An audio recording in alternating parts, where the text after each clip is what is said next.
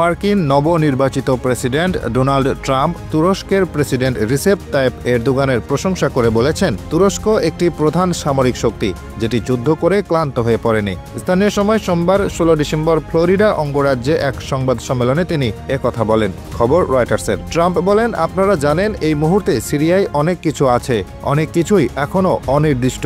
আমি মনে করি সিরিয়ার চাবি তুরস্কের হাতেই রয়েছে। সিরিয়ার উত্তর দিকের কিছু অংশ তুরস্কের নিয়ন্ত্রণে রয়েছে। একসময় ওই অঞ্চল কুর্দিদের সশস্ত্র গোষ্ঠী ওয়াইপিজির হাতে ছিল, কিন্তু তুর্কি বাহিনীর আন্তঃসীমান্ত হামলা ও আঙ্কারার সহায়তা পুষ্ট সিরিয়ান ন্যাশনাল আর্মির মাধ্যমে তাদের সেখান থেকে বিতাড়িত করা হয়েছে। কিন্তু বাশার বিরোধী বিদ্রোহীদের মধ্যে ওয়াইপিজি অন্যতম। এটি যুক্তরাষ্ট্রের সহায়তা পুষ্ট কুর্দি বিদ্রোহীদের জোট সিরিয়ান ডেমোক্রেটিক ফোর্সেসের উল্লেখযোগ্য অংশীদার। সিরিয়ার উত্তর পূর্বাঞ্চলের একটি অংশ এসডিএফ এর নিয়ন্ত্রণে রয়েছে। এ অঞ্চলে যুক্তরাষ্ট্রের একটি সামরিক ঘাঁটি রয়েছে, সেখানে প্রায় 900 মার্কিন সেনা রয়েছে। ওয়াশিংটনের দাবি, ইসলামিক স্টেটের বিরুদ্ধে অভিযান চালানোর জন্য তাদের সেখানে রাখা হয়েছে। বাশারের পতনের পর ওয়াশিংটন ও আঙ্কারার শীর্ষ কর্মকর্তারা অনেকগুলো আলাপে অংশ নিয়েছে। বাশার পরবর্তী রাজনৈতিক শূন্যতায় আইএস যাতে মাথাচাড়া দিতে না পারে সেজন্য কাজ করতে তারা সম্মত হয়েছেন। সংবাদ সম্মেলনে সিরিয়ায় অবস্থানকারী মার্কিন সেনাদের বিষয়ে ট্রাম্পের কাছে জানতে চাওয়া হয়, কিন্তু তিনি এ বিষয়ে সরাসরি কোনো উত্তর দেননি।